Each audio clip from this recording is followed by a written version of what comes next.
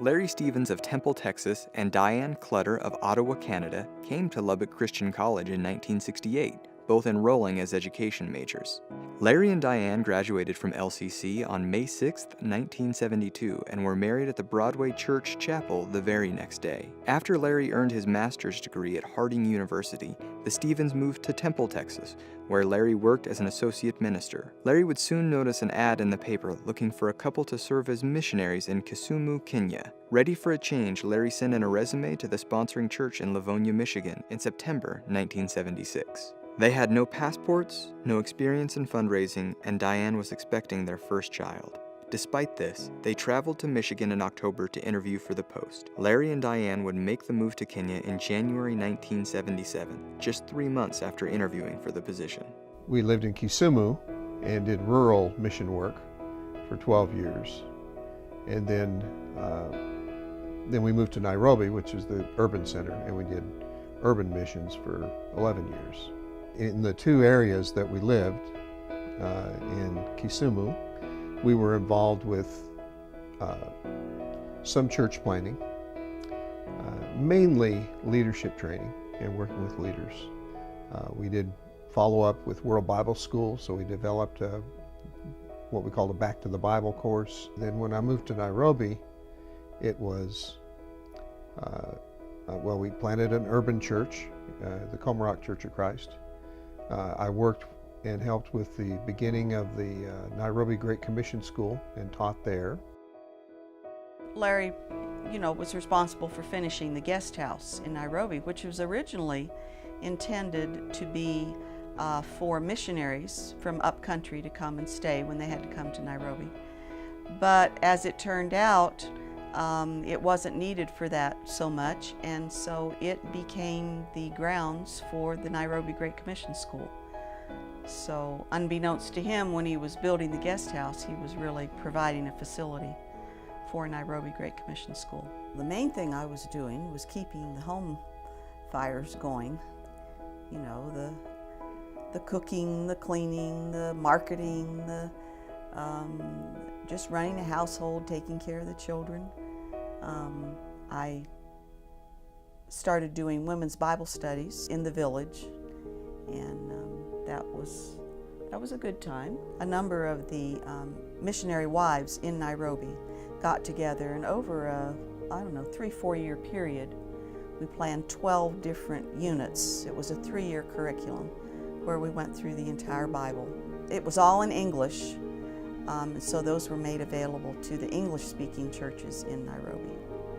But we were quite pleased with our effort and felt like it was a good thing for them to have available to them.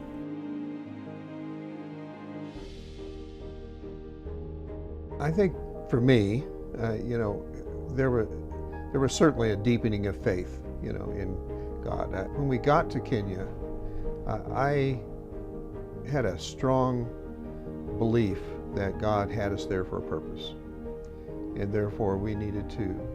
Sometimes it's you're there for a purpose, but you don't know what the purpose is necessarily, and so that sustained me, especially through some difficult times. I don't think we ever questioned that was where God wanted us in the time. Sometimes we questioned, are we really the people that God thinks we are to do this? But we really felt very strongly that we were in the place that God had led us to.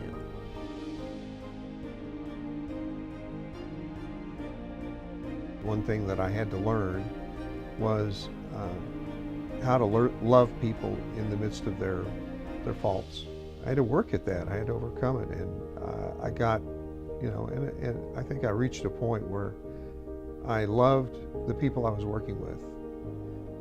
And not because they were perfect or because things always went well or we never had any difficulties, but because they were lovable, they were worthy of love, just like we all are. The difficulty of wanting to maintain a compassionate heart towards the needs of people, and the need to also have some boundaries, because part of it was the more you helped, the more dependent they became upon the help that you gave. And that fostering of dependency, I think, was, the thing that we struggle with the most, because we wanted to be compassionate, but we didn't want to make people dependent on us. I think too, the challenge of cynicism, it was I felt like an ongoing challenge. The longer you were there, the greater was the temptation to cynicism. When you first come, you think, oh, in 5 years this will be better. And in 5 years it wasn't better. It may even have been a little worse. And so that really starts to play on your mind and affect the way you look at people. And that's not the way God wants us to be as His servants, I don't believe. It was a challenge and a temptation.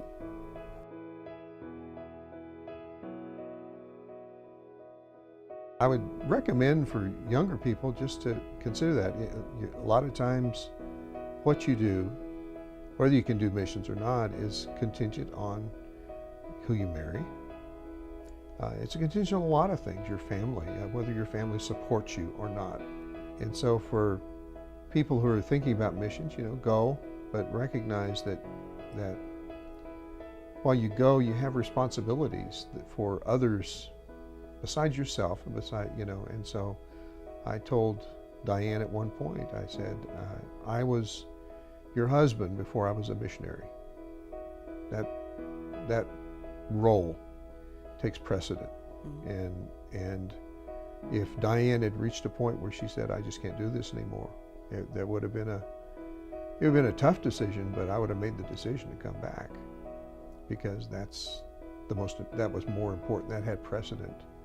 God, I think, expected me to keep my covenant promises to Diane before before any promises for mission work. I think another way in our present culture today you can prepare yourself is to avail yourself of opportunities to get to know people in the immigrant community. Now, we have so many immigrants in this country now, and there's a wealth of material out there, learning people's customs and how their worldviews and their foods and all kinds of things. So you don't have to leave the borders of this country to experience those kinds of things. You never know where life's going to take you. Sometimes you really want to go in one direction and God says, no, you're going to go this way. And you have to learn to accept it and to live with it and love it. And because, I think that's what God calls you to. If He's called you to mission work, great. If He's called you to teach school, that's great too.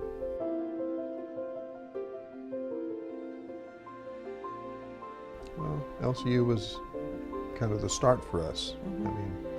There were many other people through the years who blessed us and helped us and guided us and taught us, but this was the starting place for both of us, I think, and of course for our relationship. And so, we owe a debt to the school and to the people who helped teach us and guide us during those years.